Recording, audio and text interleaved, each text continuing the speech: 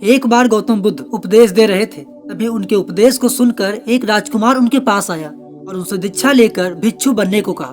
गौतम बुद्ध ने उस राजकुमार को अपना शिष्य बना लिया और दूसरे ही दिन उस शिष्य को गौतम बुद्ध ने एक श्राविका के घर भिक्षा लेने के लिए भेज दिया।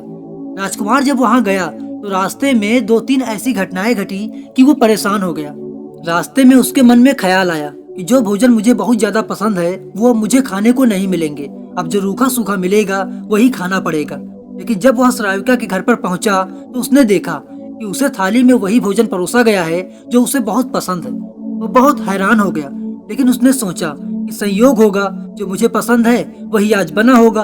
वह भोजन करता है और उसे भोजन करने के बाद याद आया कि वह रोज भोजन करने के बाद राजमहल में 2 घड़ी विश्राम करता था, लेकिन आज तो उसे धूप में ही वापस लौटना पड़ेगा।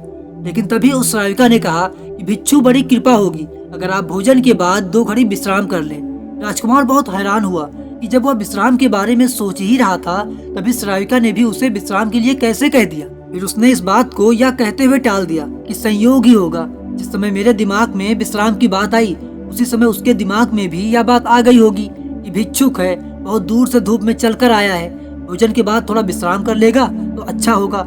उस भिक्षु ने चटाई बिछाई और वह उस पर लेट गया। लेटते ही उसको ख्याल आया कि राजमहल छोड़ने के बाद अब ना तो अपने सर पर किसी का हाथ है और ना ही अपनी छत और ना ही अपना कोई बिछौना। अब आसमान ही अपना छत है और जमीन ही अपना बिछौना। राजकुमार यह सोच ही रहा था तभी वह श्राविका बोली कि भिक्षु, आप ऐसा क्यों सोच रहे हो? महात्मा बुद्ध से बड़ा कोई साया नहीं, जमीन से बड़ा कोई बिस्तर व आकाश से बड़ा कोई छत नहीं। कृपया आप ऐसी बात न सोचें। यह सुनते ही राजकुमार एकदम से उठकर बैठ गया। अब उसके लिए इस बात को संयोग मात्र मानना असंभव था। उसने उस श्राविका से कहा, मैं बहुत हैरान हूँ, क्या मेरे विचार तुम तक पहुँच जाते हैं? क्या मेरा अंतःकरण तुम पढ़ लेती हो? उस श्राविका ने कहा, हाँ। राजकुमार ने बड़े आश्चर्य से पूछा, कैसे? तब श्राविका ने कहा, पहले तो मैं स्वयं के विचारों का निरीक्षण शुरू किया था, खुद के दिमाग में आने वाले विचारों पर ध्यान देना शुरू किया था, लेकिन अब तो हालात उल्टे हो चुके हैं। स्वयं के विचार तो निरीक्षण करते करते गायब हो गए हैं, विलीन हो गए हैं। मेरा पूरा मन निर्विचार हो गया है। अब मेरे मन में खुद का कोई विचार नहीं आता, लेकिन अब जो मेरे आसपास होता है उसके विचार ही मेरे निरीक्षण में आ जाते हैं। मैं तो उसके विचार भी पढ़ लेती हूँ। फिर वह भिक्षु एकदम घबरा जाता है और वो कहता है, मुझे आज्ञा दे, मैं जाऊं। उस भिक्षु के हाथ पैर कांप रहे थे। उस श्राविका ने कहा कि इतने घबराए हुए क्यों हो, इसमें घबराने वाली क्या बात है? लेकिन वह भिक्षु वहां पर रुका नहीं। वो वापस लौटा और वो महात्मा बुद्ध से कहा कि मैं उस द्वार पर दोबारा भिक्षा मांगने नहीं जाऊंगा। तब भगवान बुद्ध ने कहा, क्यों? तुमसे वहां पर कोई गलती हुई, कोई भूल हुई तुमसे? उस भिक्षु ने कहा, ना तो गलती हुई ना तो भूल हुई। वहाँ पर हमें बहुत आदर सम्मान मिला और जो भोजन मुझे बहुत प्रिय था वो मिला। लेकिन वो जवान श्राविका दूसरे के मन के विचारों को पढ़ लेती है। यह तो बहुत खतरनाक बात है, क्योंकि उस सुंदर युवती को देखकर मेरे मन में तो कामवासना भी उठी, विकार भी उठा था, उसके लिए गलत विचार भी उठा था। उसने वो भी पढ़ लिया होगा। अब मैं वहाँ कैसे जाऊँ? कैसे उसके सामने खड़ा होऊंगा? कैसे उससे आंखें मिलाऊंगा? मैं नहीं जा सकूंगा। मुझे क्षमा करे महात्मा। बुद्ध ने कहा, वही जाना पड़ेगा। अगर ऐसे क्षमा मांगनी थी तो भिक्षु बनने की कोई जरूरत नहीं थी। मैं तुम्हें जानबूझकर वहाँ भेजा था और जब तक मैं मना नहीं करूँ तुम्हें रोज वहीं जाना पड़ेगा। महीने, 2 महीने, वर्ष, निरंतर। अब यही तुम्हारी साधना है। लेकिन होश पूर्वक जाना, भीतर से जागे हुए जाना और देखते हुए जाना कि तुम्हारे अंदर कौन से विचार उठते हैं, कौन सी वासनाएं उठती हैं, कौन से गलत विचार उठते हैं। और कुछ भी मत करना, उन विचारों और वासनाओं से लड़ना मत, उन्हें जबरदस्ती दबाने की कोशिश मत करना। दिमाग में जो भी विचार आ रहे होंगे उन्हें आने देना। तुम्हारा काम है उन विचारों का निरीक्षण करना, उनको ध्यान से देखना। इसलिए तुम जागते हुए जाना, देखते हुए जाना कि कौन सा विचार उठता है, कौन सा विचार नहीं उठता है। वह भिक्षु दूसरे दिन भी वही गया। अब एक बार के लिए आप सोच लें कि उस भिक्षु की जगह आप ही जा रहे हैं और वो श्राविका आपका मन पढ़ लेती है। वो बहुत सुंदर है, बहुत आकर्षक है, बहुत सम्मोहक है, पर वो मन पढ़ लेती है। अगर वह मन न पढ़ पाती या फिर ये आपको ना पता होता कि वह मन पढ़ लेती है, आपके मन के विचारों को पढ़ लेती है, तब आप अपने मन में कुछ भी सोच सकते हैं। लेकिन आप आज क्या करेंगे यदि आप आज ही जा रहे हैं उस भिक्षु की जगह भिक्षा लेने?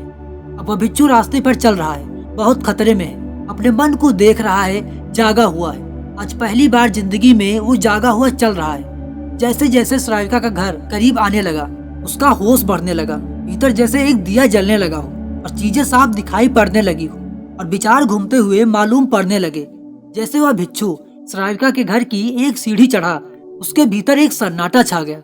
होश परिपूर्ण जम गया। अपना पैर भी उठाता है तो उसे मालूम पड़ रहा है, श्वास भी आती जाती है तो उसके बोध में है। जरा सा भी उसे विचार का कंपन होता है, कोई वासना की लहर उठती है तो उसको साफ साफ दिखाई पड़ती है। वह घर के भीतर प्रविष्ट हुआ। उसका मन एकदम शांत हो गया। वो बिल्कुल जागा हुआ था, जैसे किसी घर में दिया जल रहा हो और एक एक चीज, एक एक कोना प्रकाशित हो रहा हो। वो बैठकर भोजन किया, वह उठा, वो वापस लौटा और वह उस दिन नाश्ता हुआ बुद्ध के पास पहुंचा और बुद्ध के चरणों में गिरकर उसने कहा, अद्भुत बात हुई, क्योंकि जैसे जैसे मैं उसके निकट पहुंचा वैसे वैसे मैं जागा हुआ हो गया। मैंने पाया कि मेरे सारे विचार विलीन हो गए, कामनाएं तो एकदम से गायब हो गई। और जब मैं घर में गया तो मेरे अंदर एकदम सन्नाटा था, कोई भी विचार नहीं था, मेरा मन शांत था, कोई वासना नहीं थी, मेरा मन निर्मल दर्पण की भांति था।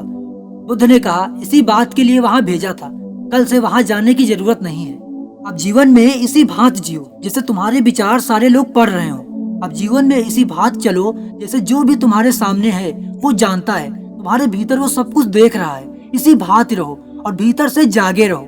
जैसे जैसे आप जागते रहोगे वैसे वैसे आपके विचार, सभी वासनाएं क्षीण होती चली जाएंगी और जिस दिन यह जागरण पूर्ण हो जाएगा उस दिन एक आत्म क्रांति हो जाएगी और उस दिन से आपके सारे विचार आपके हाथ में आ जाएंगे। आप जीवन में खुश रहना सीख जाएंगे। बस आप सभी लोग अपने दिमाग में सिर्फ एक बात बैठा ले कि सामने वाले के बारे में हम जो भी सोच रहे हैं वो उसे पढ़ रहा है, उसे भी पता चल रहा है। तो हमारा दिमाग अपने आप किसी के भी बारे में गलत सोचना बंद कर देगा। आप सोचिए, आपको पता हो कि आप किसी लड़की के बारे में गलत सोच रहे हो और ये बात उस लड़की को पता चल जाएगी, तो फिर आपका मन ऐसी बातें सोचेगा? नहीं सोचेगा। आपका दिमाग आपको वर्तमान में रखना चालू कर देगा। फिर जो चीज जैसी है उसको आप वैसे ही देखोगे। तो अगर हम लोग इस तरह से कर पाए तो हम लोगों का जीवन सुख और शांति से भर जाएगा। यह कहानी आप लोगों को अच्छी लगी होगी। ऐसे ही और कहानियों के लिए इस चैनल को सब्सक्राइब जरूर कीजिएगा और इस कहानी को सुनने के लिए आप सभी को बहुत बहुत धन्यवाद।